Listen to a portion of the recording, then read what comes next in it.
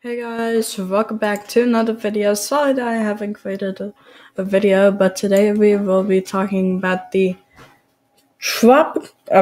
moderate risk that is in the Texas area. The first moderate risk of the area, and literally, I just want to say this is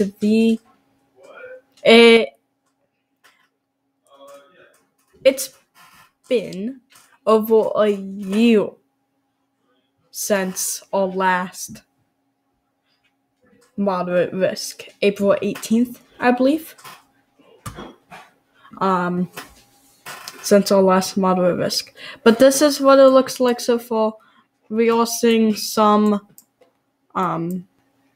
storms over here. Sorry. Most of this is some severe rain and possibly even some hail. But we're seeing a severe thunderstorm warning. And yeah. So we have a big...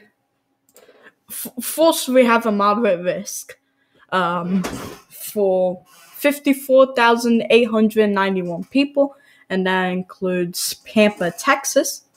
Then we have an enhanced risk around that with about 500,000 people of Amarillo, Altus, Dumas, Bogle, and Sweetwater, Texas. Slight risk for 1.5 million people includes Lubbock, Abilene, Wichita Falls, Midland, and Lawton, Oklahoma. And the marginal risk includes Oklahoma City, Norman, Odessa, Texas, Edmond, and Midwest City, Oklahoma. So let's go right into tornadoes. So we have a significant, severe, for 280,000 people. That includes the 10% for tornado probability and the 15%. So it includes the yellow and the red. And it includes Amarillo, Pampa, Dumas, and Bogle. And then we have 15% Pampa, 10% Amarillo, Dumas, and Bogle, 5% for Lubbock, Big Spring, Plainview, Altus, and Canyon, and then 2% for Abilene, Wichita Falls, Midland, Lawton, and Odessa. Wind, we have significant severe for the red and the yellow. The significant severe includes Sweetwater and Snyder. The 30% includes Altus, Sweetwater, Snyder, and Elk City. 15% is Amarillo, Abilene, Wichita Falls, Lawton, and San Angelo. And 5% goes for Oklahoma City, Lubbock, Norman, Midland, and Odessa. Now we are moving on to hail. So the significant severe is near Lubbock, Amarillo, Big Spring, Plainview, and Pampa. 30%, the red, is Amarillo, Pampa, Dumas, Bogle, and Snyder. 15% is the yellow, which includes Lubbock, Abilene, Midland, San Angelo, and Big Spring. And the 5% is Wichita Falls, Lawton, Odessa, Enid, and Hutchinson.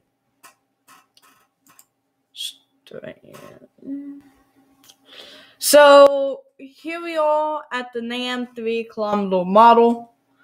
First of all, I will be doing a live stream coming up, probably within an hour or two when this starts ramping up. But first, let's go frame by frame. So we first see the snow over here in Colorado, and then we see the just like a little banding, nothing much, and then we start seeing all this. Oh, too much.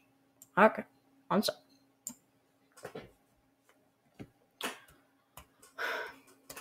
That's about 986 joules per kilogram for the Cape, which is pretty good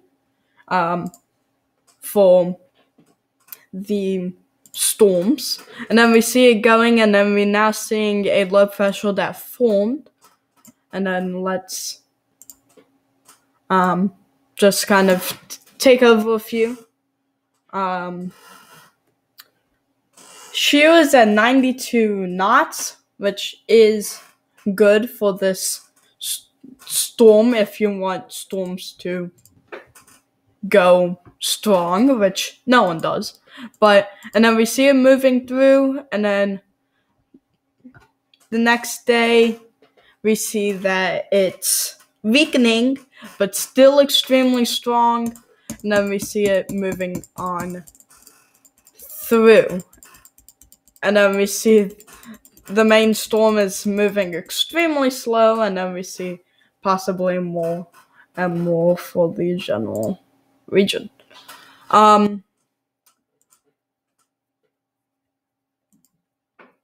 Let's head on over to the GFS model, and let's see the Cape.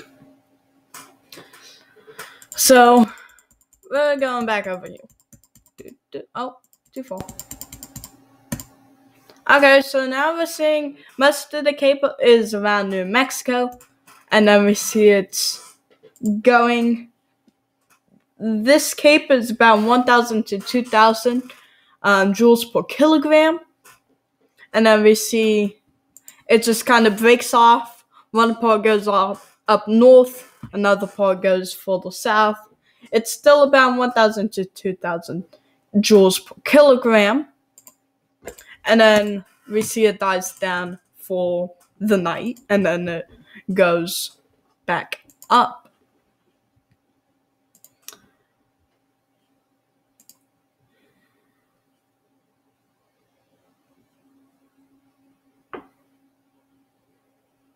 Now,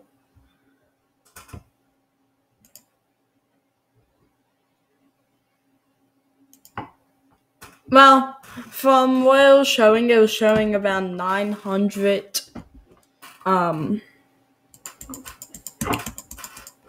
shear, but here we are seeing some even stronger, but that was for yesterday.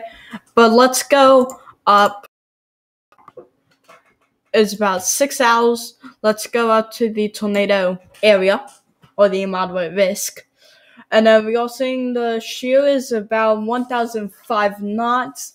The Cape is about 1,300 joules per kilogram, which means that is good for storms to develop. Higher shear and higher Cape means better storms to develop. Let's change field models.